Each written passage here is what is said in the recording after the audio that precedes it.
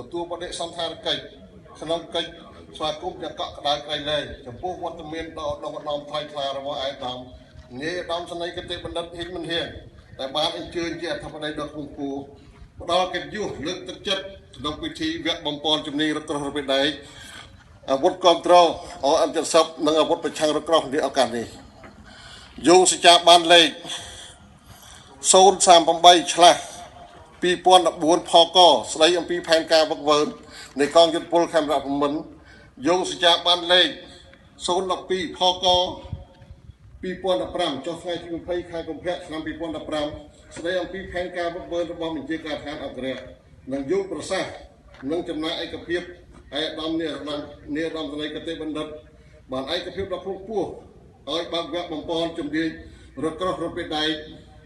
អាវុធប្រតិកម្មអម70ប្រឆាំងរថក្រោះនៅថ្ងៃទី15ខែសីហាឆ្នាំ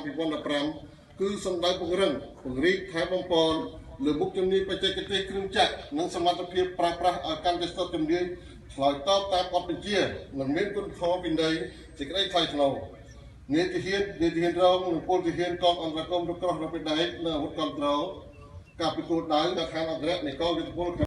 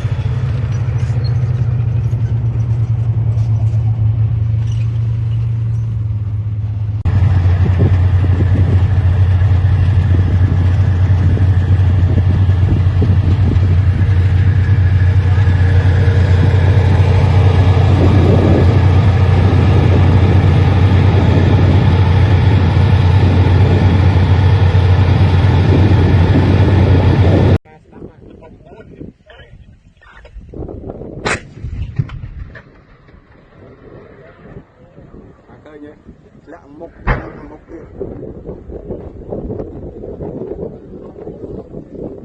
អត់ទៅដល់ផ្ទះពីផងអត់ដល់ទេ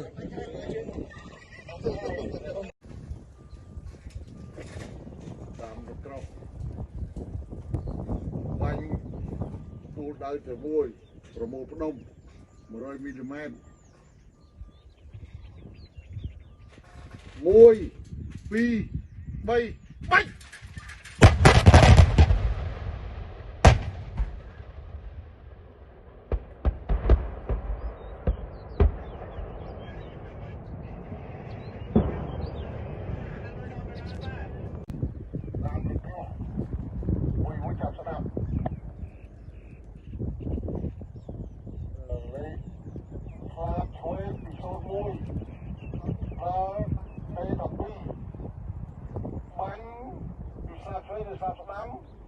mộtគ្រឿងម្ដងតាមលំដាប់ដោយលេខរៀងបាច់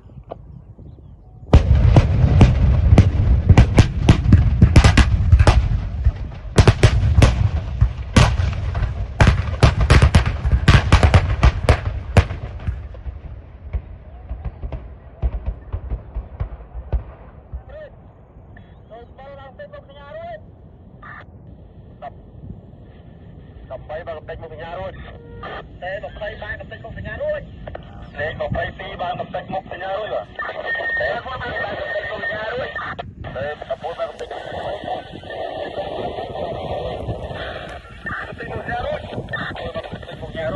តែតាមនោះបានកតិចមកតែមកបានតិចមកសញ្ញារួចហើយបានកតិចមកសញ្ញារួចតែតាមទីមកតិចមកសញ្ញារួចចាក់ថយតាមរក្រោះបាញ់ទូលដៅទៅមួយប្រមូលផ្ដុំ100 មីលីម៉ែត្រ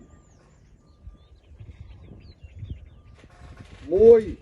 2 3បាច់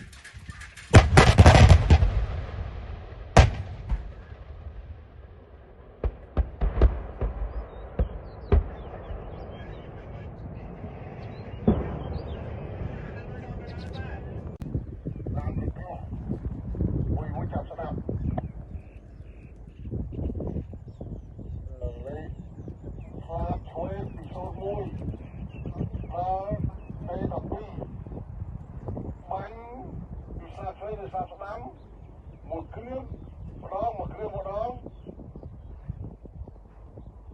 តាមលំដាប់ដោយលេខរៀងបាច់